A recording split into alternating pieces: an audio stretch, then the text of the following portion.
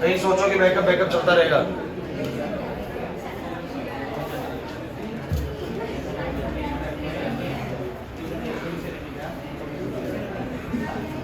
आज तो मैं स्मार्ट लग रहा है। मीटिंग मीटिंग करा के आया था।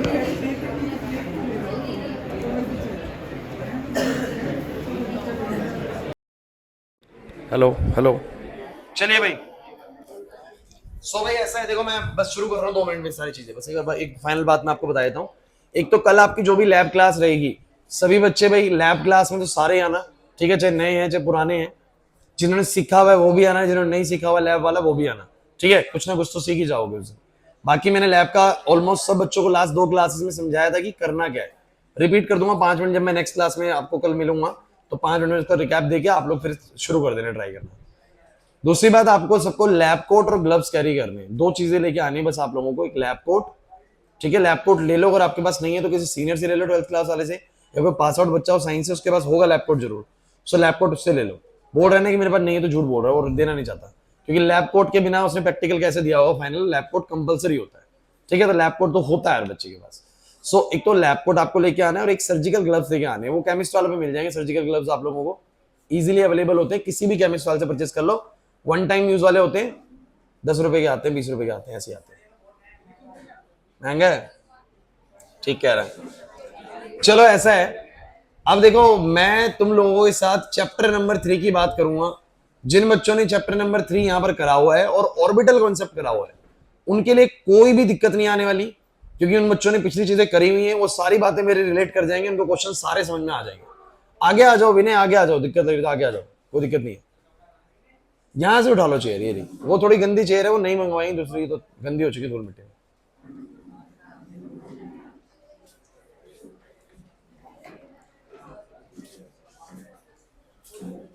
दिक्कत दिक्कत गिरेगा गिरेगा।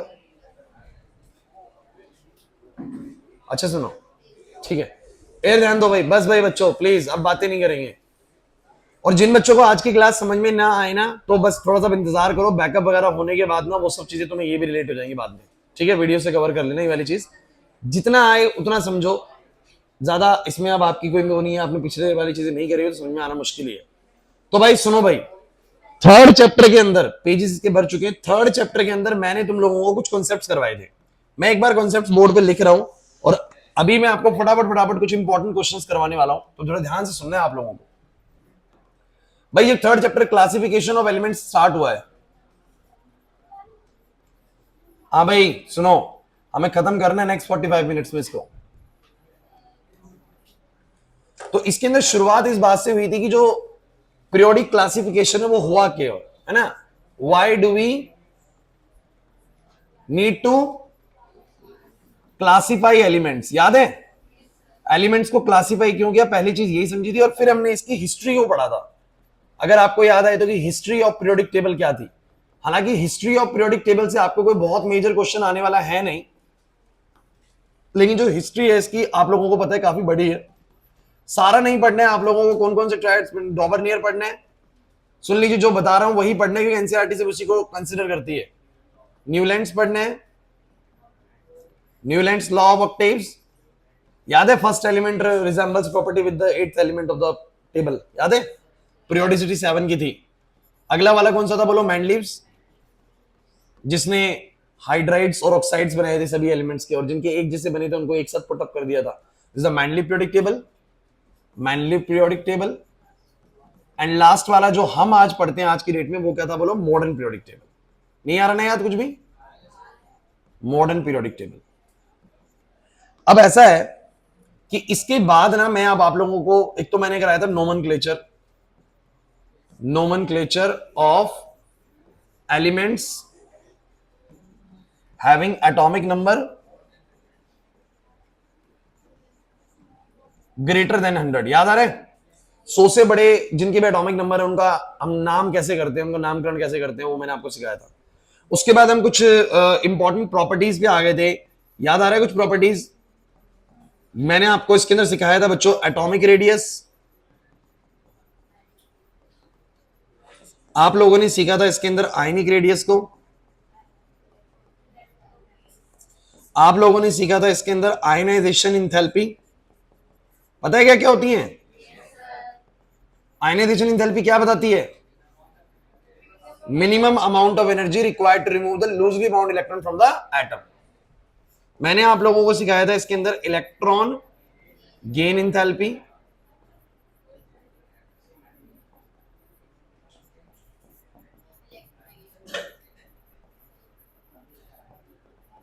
और मैंने आप लोगों को लास्ट में इलेक्ट्रोनेगेटिविटी सिखाया था। ठीक है, तो ये तो भैया चैप्टर था पूरा।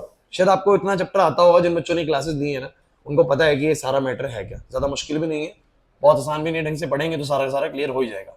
किसी में डाउट है तो इसमें मुझे पहले फटाफट से बताओ। मोटा मोटा ये 5 टॉपिक बड़े इंपॉर्टेंट है। एटॉमिक रेडियस एक एटम का रेडियस होता है, आप जानते हैं कि एक आइसोलेटेड एटम का रेडियस आप नाप नहीं सकते हो, तो कंबाइंड स्टेट में नापते हैं। न्यूक्लियस से न्यूक्लियस की दूरी नाप के उसका आधा करते थे। याद आ रहा है? पढ़ रहे हो तो याद आ रहा होगा, नहीं पढ़ रहे हो बिल्कुल भी तो दिक्कत लगेगी। आयनिक रेडियस में आपको पता है कि जब एटम्स इलेक्ट्रॉन लॉस करते हैं, गेन करते हैं, तो आयंस बनते हैं।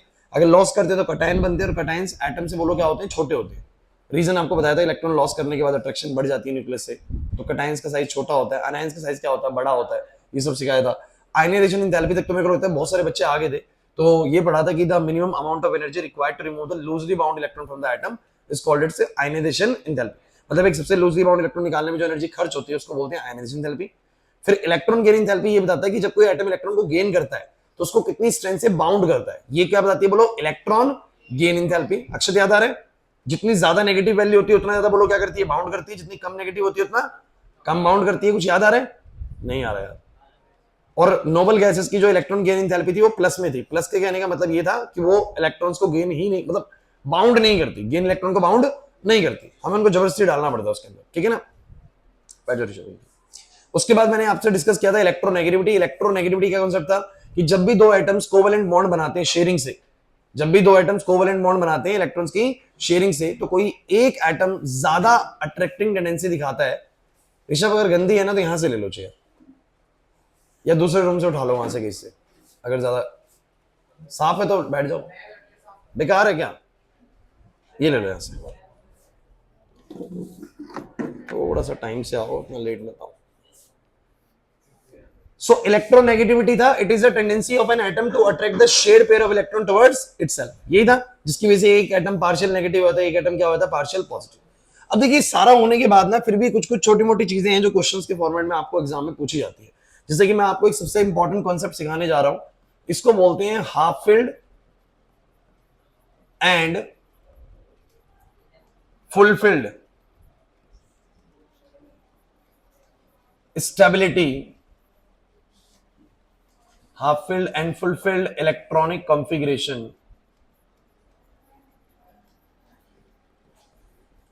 स्टेबिलिटी।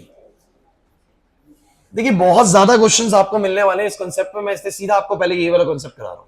ठीक है, सीधा यही कॉन्सेप्ट कर रहे हैं, half filled fulfilled electronic configuration stability. देखिए क्या कहना चाह रहा है हाफ फिल्ड फुलफिल्ड। ये बात तो आपने बचपन से ही पढ़ी है कि अगर किसी का ऑक्टेट अगर पूरा होता है तो वो सबसे ज्यादा स्टेबल माना जाता है। नियोन गैस, ऑर्गन गैस, ये सब स्टेबल क्यों है? क्योंकि इनका ऑक्टेट पूरा है। इसी को मैं फुलफिल्ड कॉन्फ़िगरेशन का नाम देता हूं।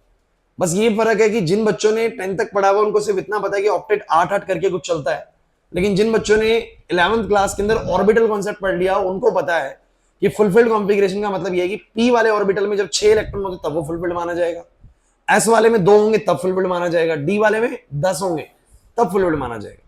तो वो बच्चे अभी 11th क्लास में सीख चुके हैं चीजों को, वो जानते हैं कि इलेक्ट्रॉन्स ऑर्बिटल्स में फिलअप करे जाते हैं, और ऑर्बिटल्स 4 तरह के होते हैं, एस, पी, डी और एफ। एस में कितने इलेक्ट्रॉन्स आते हैं बच्चों? 2। पी में कितने आते हैं बच्चों? 6। डी में कितने? 10। और एफ में कितने बोलो? 14 इलेक्ट्रॉन्स आते हैं। और कुछ भरने का सीक्वेंस भी अगर आप लोगों को याद आए तो मैंने कुछ ऐसा सिखाया था, कुछ याद आ रहा है? तो जिन बच्चों ने क्लासेस ली है ना बच्चों, उनको तो आना चाहिए बच्चों।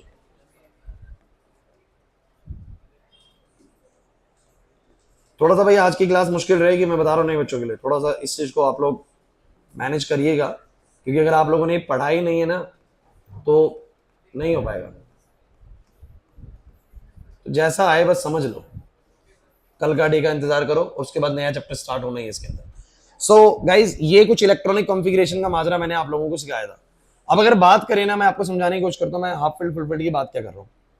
जैसे कि अगर आप बोले कि नाइट्रोजन के पास 7 इलेक्ट्रॉन है, तो इसका कंफिगरेशन बताना कैसा बनेगा, 1s2 कमल, 1s2 2s2, फिर 2s में जाता है और फिर 2p में 3 जाएंगे।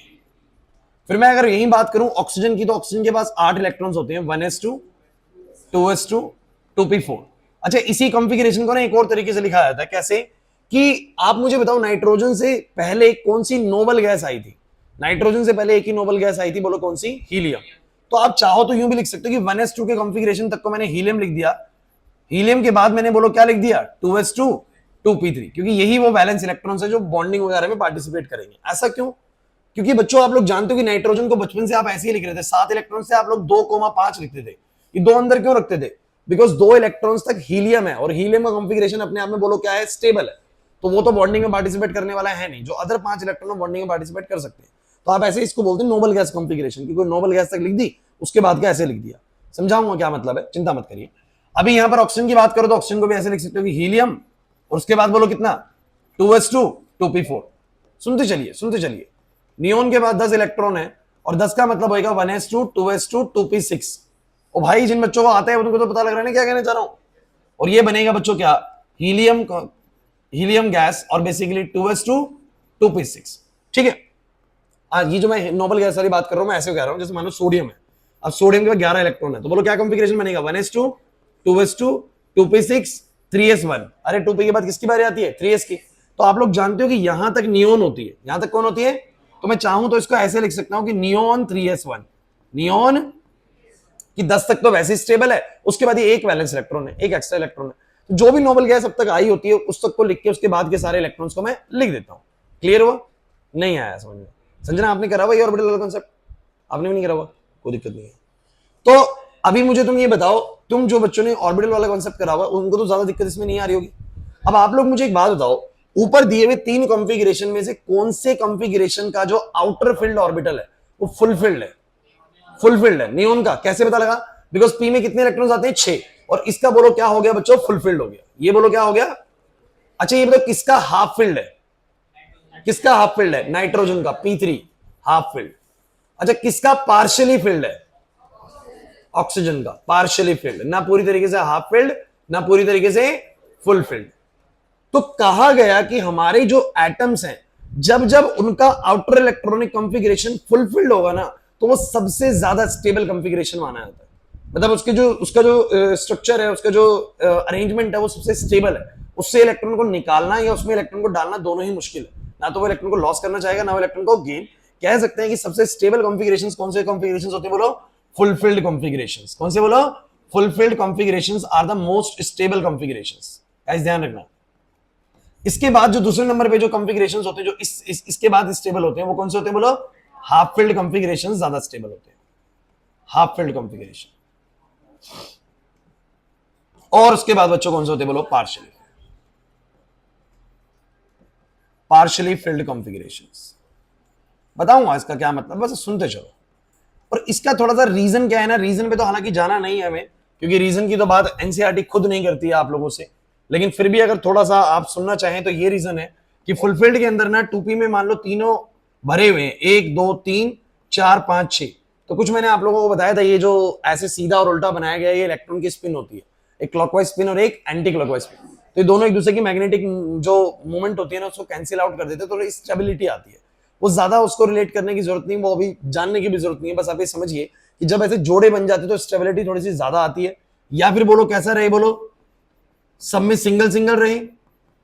लेकिन अगर कुछ ऐसा है कि या तो 2 ही है या 4 है या 5 इलेक्ट्रॉन है, क्योंकि 4 या 5 में ही बोलो क्या चल रहे हैं, ना तो हाफ फील्ड है ना बोलो क्या है फुल फील्ड है, तो ये कॉन्फ़िगरेशन सबसे लीस्ट स्टेबल कॉन्फ़िगरेशंस होते हैं। तो सबसे स्टेबल कौन सा होता है, फुल फील्ड, उसके बाद कौन सा हाफ फील्ड, और उसके बाद कौन सा बोलो partially field. Is this fine. पहली चीज तो ये सबको समझ में आ गई भाई। जिन बच्चों ने करा हुआ ऑर्बिटल वाला कांसेप्ट मेरे को लगता है उनको ज्यादा प्रॉब्लम नहीं आनी चाहिए इस चीज के अंदर, आपको बस ये कॉन्फ़िगरेशंस ऐसे पता होना चाहिए। क्लियर है। अब ऐसा करते करते चलिए कॉन्फ़िगरेशंस करते करते ना आप लोगों को 21 वाली सीरीज याद है, एक एक्सेप्शन करा देते हैं क्योंकि बड़ा इंपॉर्टेंट क्वेश्चन आता है वहां से। स्कैंडियम टाइटेनियम, इसका एटॉमिक नंबर 21 है, इसका 22 है, 23 24 25 26 27 28 29 और 30। सुन लीजिए, scandium titanium vanadium chromium manganese iron cobalt, निकल, निकल कॉपर जिंक। सुन लीजिए, अब ये जो मैंने एलिमेंट्स लिखे हैं, इनके मैंने यहां पर एटॉमिक नंबर लिखे हैं, ये इनका एटॉमिक नंबर, और ये बोलो कौन सा है, कोई एटम है जिसकी बात हो रही है। अब अगर मैं इनका कॉन्फ़िगरेशन लिखूं तो तुम लोग मुझे बताओगे जरा स्कैंडियम का कॉन्फ़िगरेशन क्या होगा। अभी पीछे से ही हम उसको उठा लेते हैं अगर आपको लगे। लिखवाया था मैंने, पहले भी लिखवाया होगा स्कैंडियम वगैरह को, तो लिखवाया होगा, ये तो बहुत कॉमन है। चलो बोलो, बोलो स्कैंडियम का 1s2, 2s2,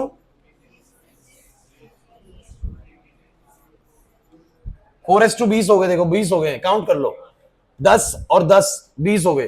4s के बाद किसकी बार है, 3d की।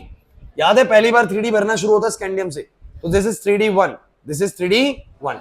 तो अब मुझे तुम ये बताओ बच्चों, स्कैंडियम में यहां तक का जो ये कॉन्फ़िगरेशन है, ये जो है ये ऑर्गन है। चाहो तो मैं इसको लिख सकता हूं organ 4s2 3d1, 4s2 3d1, that is organ 4s2 3d1, मतलब 18 तक तो ऑर्गन है, उसके बाद बाकी के 3 इलेक्ट्रॉन जो है वो 4s2 3d1 में गए हैं। ये मतलब बोल सकते हो 3 बैलेंस इलेक्ट्रॉन है। अब जरा मुझे बताओ कि टाइटेनियम का क्या आएगा, टाइटेनियम का क्या आएगा, 18 तक तो ऑर्गन ही रहेगा बच्चों, 18 तक तो वही सेम रहेगा। अगला बोलो क्या आएगा, 4s2 3d2, उससे अगला बोलो भाई ऑर्गन रहेगा, उससे अगला बोलो क्या आएगा, 4s2 3d3। अरे नहीं समझे बात को। अब जरा समझो क्रोमियम पे क्या होता है। क्रोमियम होता है ऑर्गन 4s2 3d4, लेकिन आप लोग जानते हैं कि डी में मैक्सिमम कितने इलेक्ट्रॉन आते हैं, 10। या तो स्टेबिलिटी 10 पे है, लक्ष्य ध्यान देना, या तो स्टेबिलिटी कितने पे है, 10 पे है, या कितने पे है, 5 पे। तो जब इसको 4 इलेक्ट्रॉन दिखते हैं ना, तो ये यहां पर एक एक्सेप्शनल केस पैदा करता है कि इसके पास 4 होते हैं, तो ये सोचता है कि देखिए ऑर्बिटल्स तो सारे आसपास ही हैं 4s3d। तो यहां पर क्या होता है, कोई नहीं, एक मिनट आप लोग भी ना इसको देखो, एक मिनट में देखो एक बार तो इसको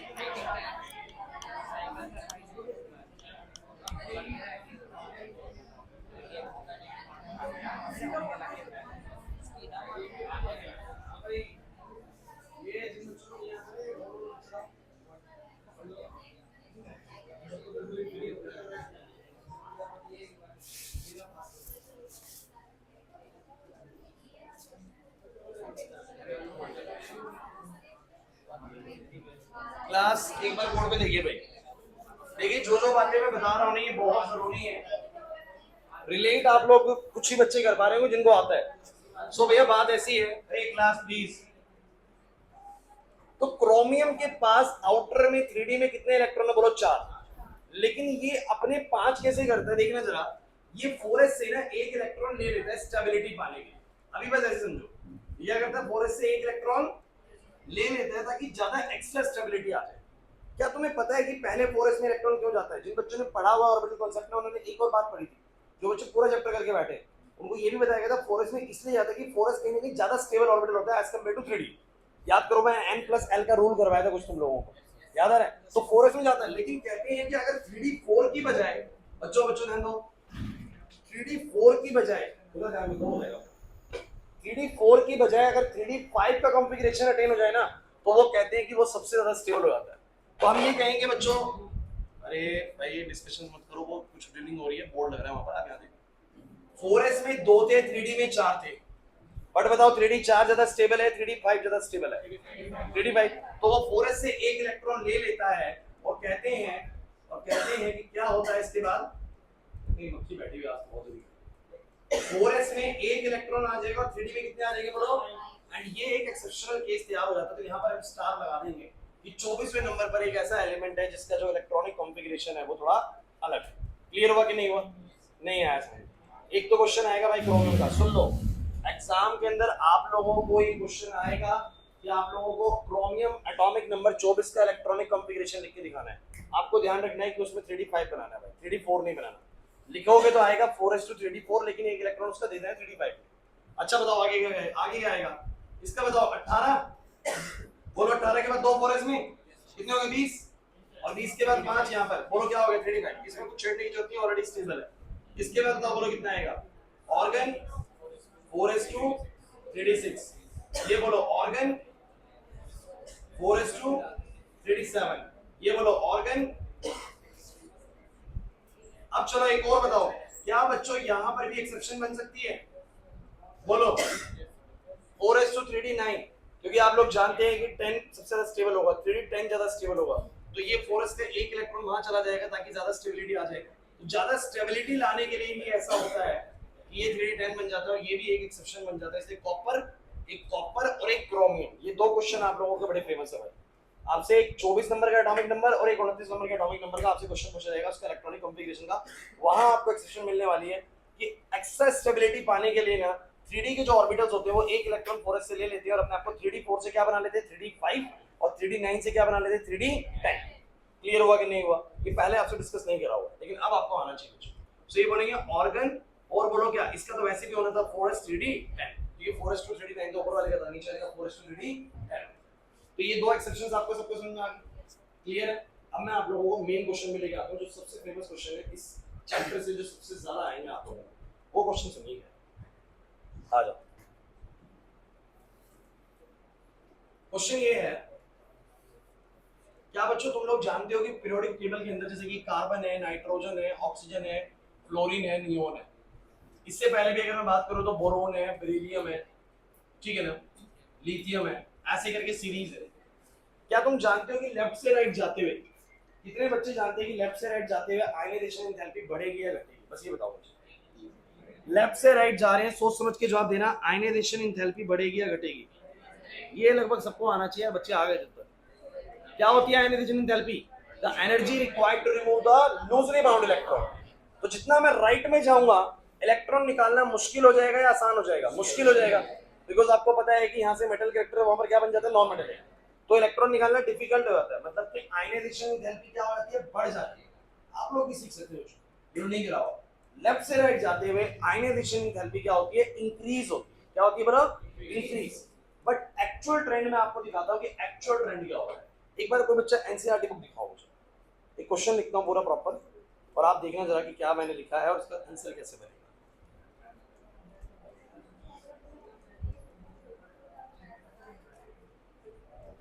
बड़े मेरे बहुत सारे बच्चे मेरे दिख रहा है, घर पे तुम लोग अगर पढ़ रहे हो ना तो ज्यादा दिक्कत लगे ना। Among the second period elements, बच्चों वो ऊपर की चीज है, यहां से क्वेश्चन शुरू हो रहा है, वो तो मैंने ऐसे लिख दिया बस ऊपर। Among the second period elements the actual ionisation enthalpies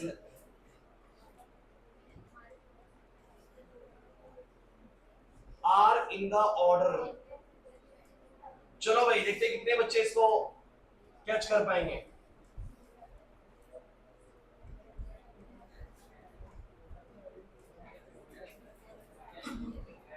चलिए एक्सप्लेन। कुछ आपको अनयूजुअल दिख रहे हैं? कुछ आपको अनयूजुअल दिखा?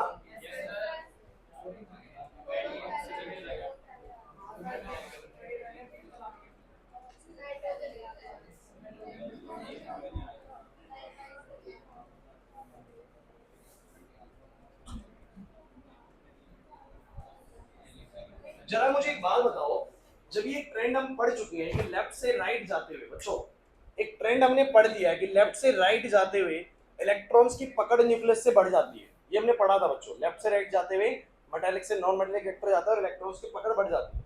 जब पकड़ बढ़ जाती है न्यूक्लियस के साथ तो उसको इलेक्ट्रॉन को निकालना उतना मुश्किल हो जाना चाहिए। मतलब लेफ्ट से राइट जाते हुए आयनाइजेशन एंथैल्पी क्या होनी चाहिए, बढ़नी चाहिए। तो आज तक यहाँ पर आयनाइजेशन एंथैल्पी लेफ्ट से राइट जाते हुए क्या होनी चाहिए, बढ़नी चाहिए। लेकिन जो एक्चुअल आयनाइजेशन एंथैल्पी का ऑर्डर है वो नीचे वाला ही है। अब इस ऑर्डर में और उस ऑर्डर में क्या फर्क है, पता जतिन क्या फर्क है? ऊपर वाले में और नीचे वाले सीक्वेंस में क्या फर्क है? बेरिलियम आगे चला गया, बोरॉन पीछे आ गया। सर ये तो थोड़ा गलत हो गया ना। लेफ्ट से राइट जाते हुए बढ़ रही थी तो बोरॉन की ज्यादा होनी थी, बेरिलियम की कम होनी चाहिए थी, बट बेरिलियम की ज्यादा है, बोरॉन की बोलो क्या है, कम है। दूसरी बात वहीं पर ऑक्सीजन की नाइट्रोजन से ज्यादा होनी चाहिए, बट नाइट्रोजन की ज्यादा है ऑक्सीजन से, नाइट्रोजन की। यही उसने सवाल पूछे कि ऐसा क्यों है कि बेरिलियम की ज्यादा है बोरॉन से और ऑक्सीजन की कम आ गई नाइट्रोजन से, या बोले नाइट्रोजन की ज्यादा है ऑक्सीजन से, ऐसा क्यों हो रहा है? समझ में आ रहा है? तो सुन लीजिए भाई, आप सवाल समझे पहले। यूजुअल ट्रेंड तो ये कि लेफ्ट से राइट जाते हुए आयनाइजेशन एंथैल्पी क्या होनी चाहिए, बढ़नी चाहिए। बट आपने ये पाया कि जब लेफ्ट से राइट जाते हुए तो ऑक्सीजन की ज्यादा होनी चाहिए नाइट्रोजन से, बट नाइट्रोजन की ज्यादा है ऑक्सीजन से। वैसे ही बोरॉन की ज्यादा होनी चाहिए बेरिलियम से, लेकिन किसकी ज्यादा है, बोलो बेरिलियम की ज्यादा है। अब ऐसा क्यों हो रहा है वो हमें समझना पड़ेगा। क्लियर है भाई? तो आप जरा ध्यान से इनकी कॉन्फ़िगरेशंस की तरफ चलते हैं और देखते हैं कि कहीं इनके पास कोई एक्स्ट्रा स्टेबिलिटी तो नहीं आ रही है। तो समझते हैं बच्चों, क्या तुम जानते हो जैसे बेरिलियम और बोरॉन की बात करते हैं तो बेरिलियम के पास 4 इलेक्ट्रॉन होते हैं और बोरॉन के पास कितने होते हैं, बोलो 5।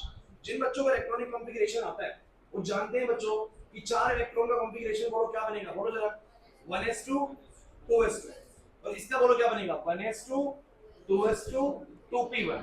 तो जरा मुझे एक बात बताओ, ये वाला कॉन्फ़िगरेशन बोलो कैसा है, फुलफिल, और ये वाला कॉन्फ़िगरेशन बोलो कैसा है। तो मुझे बस ये बताइए किसका इलेक्ट्रॉन निकालना ज्यादा आसान है, पार्शियली फिल्ड का, क्योंकि फुल फिल्ड वाले कॉन्फ़िगरेशन ज्यादा स्टेबल होते हैं। क्योंकि फुल फिल्ड कैसे, अरे बच्चों ऐसे ऑर्बिटल में कितने इलेक्ट्रॉन आते हैं, 2 ही तो आते हैं। नहीं, इसमें कितने आते हैं, 2 ही आते हैं। और पी में कितने आते हैं, मैक्सिमम 6 आते हैं, या 3 पे स्टेबिलिटी होती है। 6 और 3 के अलावा जैसा मर्जी अपनी स्टेबिलिटी, जैसे डी ऑर्बिटल की स्टेबिलिटी सबसे ज्यादा बोलो कब होगी, d10, d10। फिर कितने होगी बोलो d5, और फिर कब होगी, फिर तो भैया d4 हो d6 हो कुछ भी हो। लक्षित नहीं आ रही बात समझ में? तो मैंने ये बोला बच्चों, ये वाला फुल फिल्ड है और वो वाला बोलो क्या पार्शियली फिल्ड है, इसलिए कहीं ना कहीं बेरिलियम ना ज्यादा स्टेबल कॉन्फ़िगरेशन रख रहा है बोलो किसके मुकाबले, बोरॉन के मुकाबले। इसलिए इसका इलेक्ट्रॉन निकालना थोड़ा सा बोलो कंपैरेटिवली क्या है, मुश्किल है, और इसीलिए बेरिलियम की आयनाइजेशन एंथैल्पी बोरॉन से बोलो क्या है, ज्यादा है। What my point? आपको जब जब आयनाइजेशन एंथैल्पी का क्वेश्चन आएगा अनयूजुअल ट्रेंड से, अनयूजुअल ट्रेंड मतलब जो यूजुअली होना चाहिए उससे विपरीत कुछ दिख रहा है, बोले इसकी ज्यादा कैसे होगी, तो समझ जाना कि इलेक्ट्रॉनिक कॉन्फ़िगरेशन का ही कोई खेल है। क्या तुम्हें वो सोडियम मैग्नीशियम वाला क्वेश्चन याद आ रहा है, जब मैं तुम्हें सोडियम मैग्नीशियम वाला उस दिन क्वेश्चन करवा रहा था कि सोडियम की पहली आयनाइजेशन एंथैल्पी कम है, पहली आयनाइजेशन सोडियम की कम है, मैग्नीशियम की ज्यादा है, बट सेकंड वाली आयनाइजेशन सोडियम की बहुत ज्यादा है, मैग्नीशियम की कम हो जाती है। नहीं आ रहा यार, सारा खेल कॉन्फ़िगरेशन का था। नहीं आ रहा यार, तो मुझे तुम ये बताओ इसमें मैं क्या लिखूंगा, बताओ जरा इसमें क्या लिखूंगा, बोलो। बोलेंगे beryllium has a fulfilled configuration as orbital and hence it is more stable as compared to partially filled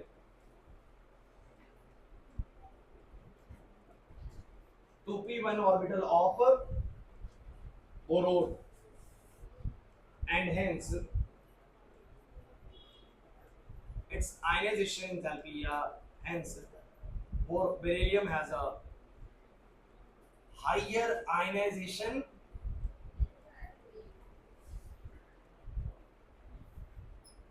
enthalpy than boron। इतना समझ में नहीं आया जिनको ये कॉन्सेप्ट आते हैं ऑर्बिटल्स के, बताओ फटाफट से। नहीं आया तो बिल्कुल पहले बता दो, नहीं आया ये तो आगे पक्का। अच्छा जो आगे सेकंड वाले को समझो जरा एक बात, सेकंड वाले में क्या गड़बड़ हुई बताओ जरा। ऑक्सीजन नाइट्रोजन की गड़बड़ हुई। वैसे नाइट्रोजन की कम होनी थी, ऑक्सीजन की क्या होनी चाहिए, ज्यादा, बट नाइट्रोजन की ज्यादा है, ऑक्सीजन की कम। तो एक बार लिख लेते हैं कॉन्फ़िगरेशन जरा, बताओ भाई नाइट्रोजन का कॉन्फ़िगरेशन कितना आ गया 7 इलेक्ट्रॉन्स का। तो 1s2 2s2 2p4, sorry 1s2 2s2 2p3। चलो बोलो ऑक्सीजन का बोलो कितना, 1s2 2s2 2p4। चलो भाई कौन बच्चा बताएगा कौन सा वाला कॉन्फ़िगरेशन ज्यादा स्टेबल है। 2p3 जो कॉन्फ़िगरेशन है बोलो कैसा है, बोलो हाफ फिल्ड। कैसा कॉन्फ़िगरेशन है बोलो, हाफ फिल्ड कॉन्फ़िगरेशन। ये वाला बोलो कैसा है, ये वाला partially field configuration, partially field है। तो फिर मुझे बताओ जरा ज्यादा स्टेबल कौन है, हाफ फिल्ड वाला। तो नाइट्रोजन कहीं ना कहीं हाफ फिल्ड स्टेबिलिटी के कारण ना ज्यादा एनर्जी लेता है अपने इलेक्ट्रॉन को फ्री करवाने में, क्योंकि वो ज्यादा स्टेबल है। मैंने बोला ना सबसे ज्यादा स्टेबल कौन होते हैं, फुल फिल्ड वाले, फिर बोलो कौन होते हैं, हाफ फिल्ड वाले, फिर बोलो कौन होते हैं, पार्शियल। नहीं है बस, नहीं पक्का। हाँ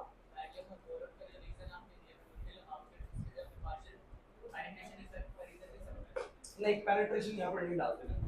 जब आयनाइजेशन की एंथैल्पी की हम बात करेंगे तो हमेशा हमें कॉन्फ़िगरेशन वाइज बताना पड़ेगा, पेनिट्रेशन इफेक्ट नहीं डालना। हालांकि बोल सकते हैं वैसे ऑर्बिटल की पेनिट्रेशन ज्यादा रहती है पी ऑर्बिटल के मुकाबले, लेकिन हमने डालना वो इलेक्ट्रॉनिक कॉन्फ़िगरेशन है, यही मेंशन करोगे तो ही मार्क्स मिलेंगे। तो मुझे बताओ जरा ये हाफ फिल्ड है, बोलो ये क्या है, बोलो पार्शियल फिल्ड। इसलिए नाइट्रोजन का जो नाइट्रोजन की जो आयनाइजेशन एंथैल्पी है वो ऑक्सीजन से बोलो क्या है, ज्यादा।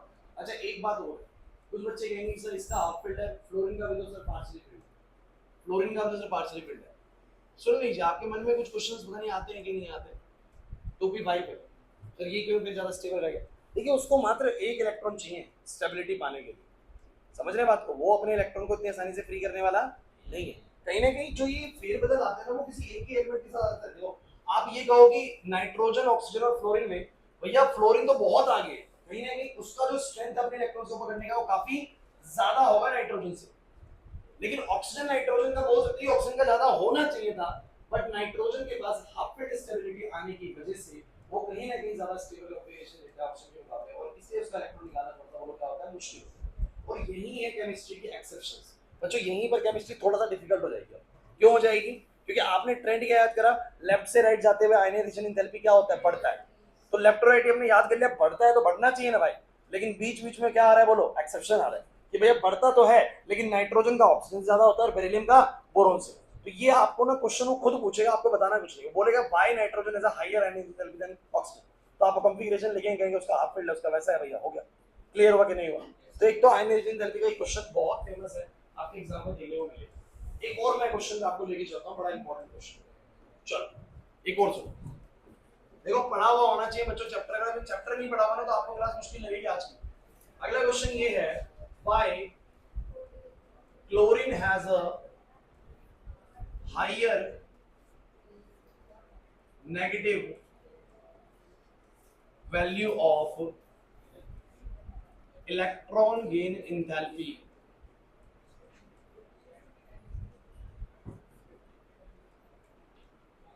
more negative value of electron gaining enthalpy as compared to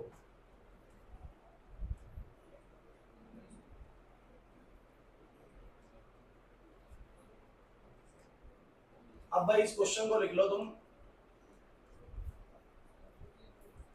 सबसे ज्यादा बार आएगा आपके एग्जाम में, तो किसी भी स्कूल में आप पेपर दे रहे हो, प्राइवेट गवर्नमेंट कुछ भी दे रहे हो, अभी जिस बच्चों को कांसेप्ट ना आता है इस क्वेश्चन को याद कर लेना, ये आएगा ही आएगा, आता ही आता है, कंफर्म्ड है। अब आप लोग मुझे एक छोटी सी बात का जवाब और दोगे, क्या तुम जानते हो पीरियोडिक टेबल के अंदर कार्बन, नाइट्रोजन, ऑक्सीजन, फ्लोरीन और नियोन चला, नीचे आप लोगों को पता है इसके नीचे क्लोरीन है, इसके नीचे बोलो कौन है, ऑर्गन है, नियोन के नीचे, इसके नीचे सल्फर है, इसके नीचे फास्फोरस है, इसके नीचे सिलिकॉन है। लेफ्ट से राइट जाते हुए कौन बच्चा बताएगा इलेक्ट्रॉन गेन एंथैल्पी ज्यादा नेगेटिव होगी या कम नेगेटिव, सोच समझ के जवाब देना है, एकदम से जवाब मत देना। लेफ्ट से राइट जाते हुए इलेक्ट्रॉन गेन एंथैल्पी ज्यादा नेगेटिव होगी या कम नेगेटिव, ज्यादा नेगेटिव, क्योंकि लेफ्ट से राइट जाते हुए बाउंडेशन क्या होती है, बढ़ती है, बाउंडेशन बढ़ती है तो इनकमिंग इलेक्ट्रॉन को ज्यादा बाउंड करेगा, तो नेगेटिव एनर्जी भी क्या होगी, ज्यादा होगी। याद आ रहा है कुछ? तो मान लो कि अगर इसका -200 है तो इसका बोलो कितना, -250, इसका -280 मान लो, इसका मान लो माइनस का 350 है, और ये तो तुम्हें पता है प्लस में होती है, इनकी तो बोलो किसमें होती है, बोलो भूलना मत, ये नियॉन वगैरह प्लस में होते हैं, नहीं आ रहा है, हो गए कंफ्यूज, ठीक। अब सुनो, अब ये जो फ्लोरीन, क्लोरीन और इनका जो नीचे की तरफ आते हैं, चलो जतिन नीचे की तरफ आते हुए बताओ, नीचे की तरफ आते हुए तो बताओ इलेक्ट्रॉन जो इनकमिंग इलेक्ट्रॉन है वो ज्यादा बाउंड होगा या कम बाउंड होगा, कम बाउंड होगा, क्योंकि ऊपर से नीचे आते हुए आपको पता है साइज बढ़ जाता है और इनकमिंग इलेक्ट्रॉन को फिर वो उतना बाउंड नहीं कर पाएगा, बिकॉज न्यूक्लियस आउटर शेल से बहुत दूर हो जाएगा, तो उसको बाउंड नहीं कर पाएगा, बाउंड नहीं कर पाएगा तो नीचे आते हुए वैल्यू क्या होनी चाहिए, लेस नहीं, क्या होनी चाहिए, बोला होता भी ऐसा ही, वैसे ज्यादा इसमें कोई दिक्कत वाली बात नहीं है, माइनस का 220 हो गया, यहाँ पर आके माइनस का 180 हो गया, लेकिन एक चौंकाने वाली बात पता है क्या है, कि यहाँ की जो वैल्यू है ना बच्चों, यहाँ की जो वैल्यू है, ये वाली जो वैल्यू है ये इससे ज्यादा होती है, मतलब -380। मेरी बात को समझना बच्चों को, थोड़ा और इसको बढ़ा देता हूँ, इसको 320 कर देता हूँ, इसको मैं -280 कर देता हूँ, आपको कुछ इसमें अनयूजुअल दिखा देखो भाई, जो मैं आपसे क्वेश्चन डिस्कस कर रहा हूँ ये सारे के सारे एक्सेप्शनल क्वेश्चंस हैं, मैंने बोला था ट्रेंड पढ़ लिए हैं, आप कुछ एक्सेप्शन डिस्कस करनी हो सकता है एक क्लास और लगानी पड़े जिसमें हम इसको और कैरी ऑन करें क्वेश्चंस को, और इस तरह के सारे क्वेश्चन पढ़ने जो आपको पेपर के अंदर फंसा सकते हैं, तो हो सकता है एक और लगेगी बीच में, लेकिन आप लोगों को पहले आज की क्लास को अच्छे समझना। आप मुझे बताओ आपने यूजुअल ट्रेंड क्या पढ़ा हुआ है, साक्षी, लेफ्ट से राइट जाते हुए बाउंडेशन क्या होता है, बढ़ता है, अगर बाउंडेशन बढ़ता है इलेक्ट्रॉन से तो वैल्यू लेस नेगेटिव होगी या मोर नेगेटिव होगी, मोर नेगेटिव, जिन्होंने कॉन्सेप्ट पढ़ा उनको पता मोर नेगेटिव, और नीचे आते हुए आपको पता बाउंडेशन में तुम्हें हो नहीं पाएगी तो क्या होनी चाहिए, लेस नेगेटिव, दिख तो रहे सर ऊपर वाले ये है, इससे कम नेगेटिव है, इससे कम नेगेटिव है, लेकिन क्लोरीन का एकदम से बोलो क्या है, ज्यादा नेगेटिव। इसका सेंस क्या है कि क्लोरीन फ्लोरीन के मुकाबले इलेक्ट्रॉन्स को ज्यादा ताकत से बोलो क्या कर पाता है, बाउंड कर पाता है, बल्कि क्लोरीन तो नीचे है सर, नीचे है तो उसका साइज बड़ा होगा और वो अच्छा इतना बढ़िया तरीके से बाउंड, यही उनका एक सबसे बड़ा इंपॉर्टेंट सवाल है कि ऐसा क्यों है, क्वेश्चन पढ़ो, why chlorine has more negative value of electron gaining energy as compare to, क्योंकि लॉजिकली होनी किसकी ज्यादा चाहिए, कौन इलेक्ट्रॉन को ज्यादा बाउंड करना चाहिए, फ्लोरीन, बट करता बोलो कौन है, क्लोरीन, क्यों, ऐसा क्यों है, ऐसा क्यों? अच्छा बताओ इन चारों में सबसे ज्यादा बाउंडेशन कौन कर रहा है, बोलो क्लोरीन, फिर उससे कम बाउंडेशन कौन कर रहा है, बोलो फ्लोरीन, फिर बोलो कौन कर रहा है, ब्रोमीन, क्योंकि जिसकी ज्यादा नेगेटिव होती है ज्यादा बाउंड करता है, लेकिन लॉजिक नहीं समझ में आ रहा, पहले ये ज्यादा कर रहा है, वो उससे उसके बाद कर रहा है, फिर ये आ जा रहा है, और कुछ गड़बड़ लग रहा है ना, एज अ सीक्वेंस नहीं बन रहा, क्यों नहीं बन रहा समझने की कोशिश करो। बच्चों एक बात बताओ, फ्लोरीन का कॉन्फ़िगरेशन क्या होता है, 9 इलेक्ट्रॉन्स होते हैं, 1s2 2s2 2p5, और मुझे बताओ जरा क्लोरीन का कितना होता है, 17 इलेक्ट्रॉन्स होते हैं, 1s2 2s2 2p6, आप यूं भी लिख सकते हो कि नियोन तक 10 इलेक्ट्रॉन्स है और बाद में है 3s2 3p5, इसमें आप लोग बोल सकते हो कि हीलियम है 2s2 2p5, बच्चों इंपॉर्टेंट है। अब आप मुझे बताओ इसको भी एक इलेक्ट्रॉन चाहिए ऑक्टेट पूरा करने के लिए, रिश्ता एक इलेक्ट्रॉन लेते ही नियोन बनेगा, स्टेबल हो जाएगा, ये भी एक इलेक्ट्रॉन लेते ही ऑर्गन बनेगा, आपको पता है नोबल गैसेस है, सब एक इलेक्ट्रॉन लेते ही साथ ही नोबल गैस बनेगी, सबको एक इलेक्ट्रॉन बड़ा ताकत से बाउंड करना है कि नहीं, लेकिन क्लोरीन ज्यादा स्ट्रेंथ से बाउंड क्यों करता है, अब इस बात को सुनिए, एक इलेक्ट्रॉन इसमें आना है और एक इलेक्ट्रॉन इसमें आना है, लेकिन कहते हैं कि बाउंड ये ज्यादा बढ़िया तरीके से करता है। अब इसके पीछे लॉजिक सुनिए, शिक्षा विद्यार्थी, फ्लोरीन के पास ना बच्चों अट्रैक्शन डेफिनेटली क्लोरीन से ज्यादा होती है, अट्रैक्टिंग टेंडेंसी फ्लोरीन की हमेशा क्लोरीन से बोलो क्या होती है, ज्यादा, लेकिन कहते हैं कि जो उसका ऑर्बिटल होता है ना, टोपी ऑर्बिटल, वो साइज में छोटा होता है, टोपी ऑर्बिटल साइज में क्या होता है, इलेक्ट्रॉन वही 5 है लेकिन ऑर्बिटल साइज बोलो कैसा है, छोटा है, छोटा ऑर्बिटल साइज होने के कारण जो इनकमिंग इलेक्ट्रॉन होता है ना वो उतनी ताकत से बाउंड, उसको अंदर वाले इलेक्ट्रॉन ही ना रिपेल करने लग जाते हैं। इसको बोलते हैं इंटर इलेक्ट्रॉनिक रिपल्शन। जो अंदर ही ऑर्बिटल के अंदर जो इलेक्ट्रॉन्स बैठे हैं वो एक दूसरे को रिपेल कर रहे हैं। और छोटा ऑर्बिटल होने के कारण ना जो हमारा नया इलेक्ट्रॉन है ना वो उतनी अट्रैक्शन फील, समझो मेरी बात को, फ्लोरीन के पास अट्रैक्टिंग टेंडेंसी बहुत है बट जगह कम है जिसके कारण वो इनकमिंग इलेक्ट्रॉन को उतना ताकत से बाउंड। लेकिन अगर बात करें क्लोरीन की तो क्लोरीन के पास ना अट्रैक्टिंग टेंडेंसी इससे थोड़ी सी कम है, थोड़ी कम है क्योंकि ज्यादा बड़ा साइज नहीं होता है क्लोरीन का भी। क्लोरीन का आप बोलेंगे फ्लोरीन का होता है 2,7 और क्लोरीन का बोलेंगे तो बोलो कितना होता है 2,8,7।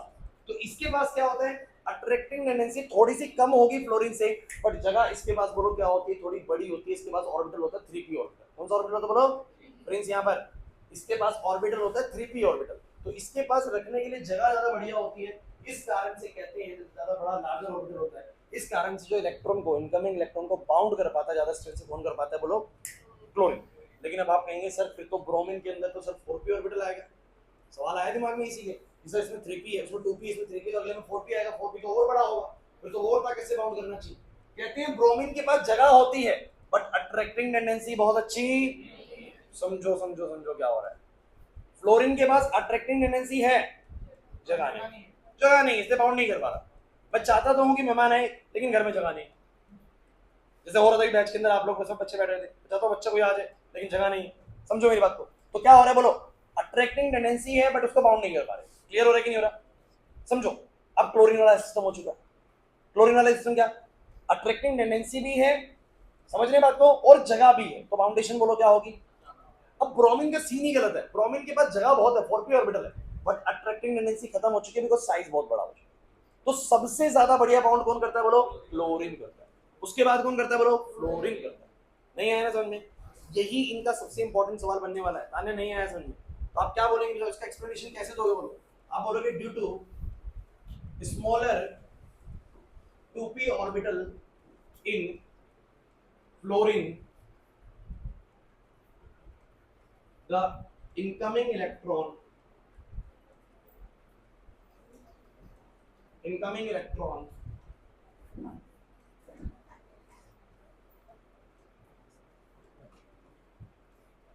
does not bound to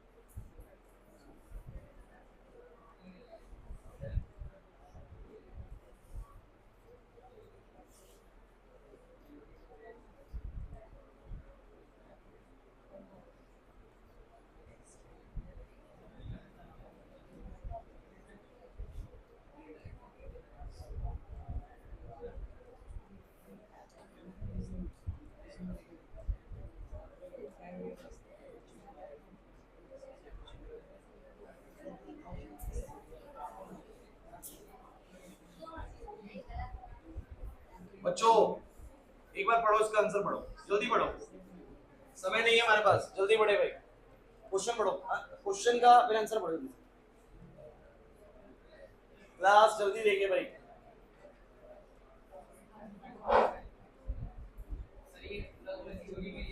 पूरा थ्योरी है, आप पढ़ के देखो एक बार इसको भाई। देखो पता है क्या है, मुश्किल नहीं है लेकिन पहले चैप्टर के कॉन्सेप्ट्स आने चाहिए। आपको कॉन्सेप्ट नहीं आता कुछ नहीं आएगा समझ में, जीरो लगेगा बिल्कुल। कॉन्सेप्ट पढ़ा हुआ है बिल्कुल एकदम पकड़ में आएगा, कुछ मुश्किल नहीं है, आसान ही है। सारा खेल है कि आपने कितनी मेहनत करी है पहले। अब देखो बात सिंपल से मैं आपको बता दूं, एक्सेप्शन उसी बच्चे को समझ में आती है जिसको पहले एक्चुअल ट्रेंड बताओ। एक्सेप्शन का मतलब क्या है, जो यूजुअली होता है उसके विपरीत कुछ हो रहा है। अब किसी को यूजुअली वाला नहीं पता कि यूजुअली क्या होता है, उसका एक्सेप्शन क्या समझना है, समझ रहे बात को। तो जिन बच्चों को एक्सेप्शन समझ ही नहीं आ रहा ना, यूजुअल ट्रेंड नहीं पता, फिर इसका मतलब बच्चों को उनको पता ही नहीं कि इसके बाद नीचे लेस नेगेटिव होना चाहिए, उससे नीचे और लेस नेगेटिव, उससे नीचे और लेस नेगेटिव। बट उसने बोला कि यार ऐसा कैसे हो गया, ये लेस नेगेटिव ज्यादा नेगेटिव कैसे मिल गया, यही तो सवाल बन गया। तो एक्सेप्शन उसी को समझ में आने वाली है जिसको एक्चुअल ट्रेंड बताओ कि एक्चुअली होना ये चाहिए था बट ऐसा नहीं मिला, कुछ और मिला, तो उसका कारण पूछ रहे हो। कि क्लोरीन की ज्यादा नेगेटिव क्यों होगी, बल्कि ज्यादा बाउंडेशन तो कौन करना चाहिए था बोलो, फ्लोरीन करना चाहिए था। उससे कम बाउंडेशन क्लोरीन की, उससे कम बाउंडेशन ब्रोमीन की, उससे कम बाउंडेशन किसकी बोलो, आयोडीन। ऐसा चल रहा था, लेकिन क्लोरीन का बाउंडेशन कह रहे हैं फ्लोरीन से ज्यादा मिला। ऐसा क्यों मिला? तो मैंने कहा भैया फ्लोरीन के पास आउटर इलेक्ट्रॉन 2p होता है और क्लोरीन के पास बोलो कौन सा होता है, 3p होता है, दोनों में 5 इलेक्ट्रॉन्स होते हैं। तो कहते हैं कि जब इसमें इनकमिंग इलेक्ट्रॉन आता है ना, तो वो उतनी बाउंडेशन फील नहीं कर पाता, बिकॉज ऑलरेडी छोटे ऑर्बिटल के अंदर 5 इलेक्ट्रॉन बैठे होते हैं। अट्रैक्शन तो दिखा रहा है बट जगह उसके पास, बट इसके पास क्या होता है कि अट्रैक्शन थोड़ी भले ही कम हो उसके मुकाबले, बट जगह अच्छी खासी होती है, 3p ऑर्बिटल होता है, तो अंदर के इलेक्ट्रॉन ना बाहर वाले इलेक्ट्रॉन को आने से रोकते नहीं। समझ में आ रहा है? जिस कारण से ये ज्यादा इफेक्टिवली बाउंड करता है इनकमिंग इलेक्ट्रॉन को, और इस वजह से इसकी वैल्यू बोलो क्या होती है, ज्यादा नेगेटिव है। आप सोचिए ब्रोमीन सर 4p ऑर्बिटल होता है इसके पास, तो और बढ़िया बाउंड करना चाहिए, और बड़ा स्पेस होगा। लेकिन 4p ऑर्बिटल भले ही स्पेस बहुत ज्यादा है, लेकिन इसके पास अट्रैक्शन नहीं बची, साइज बहुत बढ़ चुका है। नहीं आया ना समझ में? पढ़ के देखो एक बार क्या बोला। Due to the smaller 2p orbital in fluorine, the incoming electron does not bound too much extent due to the possible inter electronic repulsion in fluorine. जो पहले से उसके अंदर इंटर इलेक्ट्रॉनिक रिपल्शन लग रहा है, उसकी वजह से ना इनकमिंग इलेक्ट्रॉन बाउंड नहीं हो पा रहा। और क्या बोलता है, but chlorine has a larger 3p orbital, but chlorine के पास बोलो क्या है, बड़ा 3p ऑर्बिटल है, बड़ा 3p ऑर्बिटल है, and it bound the incoming electron much effectively, और वो इनकमिंग इलेक्ट्रॉन को बोलो क्या करेगा, मच इफेक्टिवली बाउंड करेगा, and hence it's electron gain enthalpy is more negative. नहीं आया ना समझ में? अच्छा मुझे एक बात वही, ऑक्सीजन सल्फर सेलेनियम प्लेटिनम है, सेम ट्रेंड इसके बगल में भी चलता है। ये -280 है ना, तो इसका मिलता है -310, और फिर इसका कमी मिलता है -250, -210। अब बोलो फिर से क्यों सल्फर का ऑक्सीजन से ज्यादा क्यों, बोलो सल्फर की बाउंडेशन ऑक्सीजन से ज्यादा क्यों? सेम आंसर करो, बिल्कुल सेम आंसर कर दोगे। क्यों भाई? क्योंकि ऑक्सीजन का कॉन्फ़िगरेशन आप बोलोगे 8 इलेक्ट्रॉन्स के हिसाब से 1s2 2s2 2p4, और मुझे तो सल्फर का क्या बोलोगे 16 इलेक्ट्रॉन के हिसाब से 1s2 2s2 2p6 3s2 3p4। तो कहोगे इसमें भी इनकमिंग इलेक्ट्रॉन जाना है, इसमें भी इनकमिंग इलेक्ट्रॉन जाना है। वैसे तो स्ट्रेंथ किसकी ज्यादा है, मतलब बाउंडेशन किसकी ज्यादा होनी चाहिए, ऑक्सीजन की, लेकिन ऑक्सीजन के पास छोटा ऑर्बिटल है, इस कारण से वो उसको मच इफेक्टिवली बाउंड नहीं कर पाता, बट सल्फर के पास वही 3p ऑर्बिटल है। सेम क्वेश्चन बनता है, क्या क्वेश्चन मिलेगा बोलो, व्हाई सल्फर हैज मोर, नहीं लिख पाओगे तो लिखवा दूंगा, why sulphur has more negative value of electron gain enthalpy as compared to oxygen. बस इन दो पे आएगा, इसके अलावा तीसरा क्वेश्चन नहीं है। तो आप लोग क्या करोगे बोलो, सेम क्वेश्चन लिखोगे, due to the smaller 2p orbital in fluorine की जगह बोलो क्या आ जाएगा, ऑक्सीजन, और जहां पर क्लोरीन है वहां पर क्या आ जाएगा, सल्फर। नहीं आया समझ में? तो सेम क्वेश्चन को मैं यहां पर डाल देता हूं, आप लोगों को सेम तरीके से इसको लिख के लेके आना है। क्या लिखेंगे बोलो, व्हाई, क्या लिखेंगे बोलो, why sulphur has more negative electron gain enthalpy than oxygen. क्या नहीं कर पाओगे? बिल्कुल सेम ट्रेंड लगाना है आप लोगों को, ज्यादा सोचना ही नहीं है। ऑक्सीजन के पास देखोगे 8 electrons 1s2 2s2 2p4, sulphur के पास बोलो, सल्फर के पास, अब बोलोगे इसमें भी इनकमिंग जाने हैं, इसमें भी इनकमिंग जाने हैं, बट ज्यादा बढ़िया किसमें बाउंड होगा बोलो, क्योंकि सल्फर के पास अट्रैक्शन भले ही थोड़ी सी कंपैरेटिवली ऑक्सीजन के मुकाबले कम है, बट कहीं ना कहीं उसके पास साइज बड़ा है, इसलिए उसको रख लेगा। क्लियर है कि नहीं बताओ जरा? सेलेनियम के पास साइज तो बड़ा है और अट्रैक्शन नहीं। क्लियर हुआ कि नहीं हुआ? तो ज्यादा इफेक्टिवली कौन बाउंड करेगा, सल्फर, जिसका ज्यादा नेगेटिव वो ज्यादा बढ़िया बाउंड कर रहा है। Is it clear to you और नॉट गाइस? सो गाइस सुन लीजिए, अरे बच्चों प्लीज, मैंने आपको देखो सारा नहीं करा पाया, सारा नहीं करा पाया, कुछ क्वेश्चन अभी भी रह गए, लेकिन कुछ कवर हो गए। तुम ये कह सकते हैं कि हमारे कुछ आज कवर हो गए। तो फटाफट से मुझे बताने की कोशिश करो, क्या तुम्हें ये जो टॉपिक्स करवाए थे पहले, टॉपिक सारे क्लियर थे? इस टॉपिक के बाद मैंने आज तुम लोगों को एक बात बताई कि कौन से कॉन्फ़िगरेशन सबसे ज्यादा स्टेबल होते हैं, बोलो फुल फिल्ड वाले, फिर बोलो सेकंड नंबर कौन सा है, हाफ फिल्ड, और फिर बोलो कौन सा पार्शियल। ये आपको पता होना चाहिए। इसके यहाँ पे मैंने तुम्हें कुछ एक्सेप्शंस कराई क्रोमियम की और कॉपर की, जहां पर 3D4 था और 3D9 था ना, तो इन्होंने अपने आप को 3D5 सुनने नहीं रहे हो पीछे स्वास्थ्य। फिर इंपॉर्टेंट चीज छूटे कि नंबर नहीं आएंगे तेरे, आते भी नहीं है। 3D4 है 3D9 है, 3D4 और 3D9 में स्टेबिलिटी कैसे आएगी, जब वो एक एक इलेक्ट्रॉन ले लेंगे 4s से, तो 3D5 और 3D10 बनाएगा। तो क्यों बनाता है? स्टेबिलिटी पाने के लिए बनाता है। वो हाफ फील्ड हो जाएगा, ये वाला क्या हो जाएगा, फुल फील्ड हो जाएगा, इसलिए ऐसा एक्सेप्शन आता है। अदरवाइज होना नहीं चाहिए, बट ऐसा एक्सेप्शन हो स्टेबिलिटी के कारण। अगर बात समझ आ गई?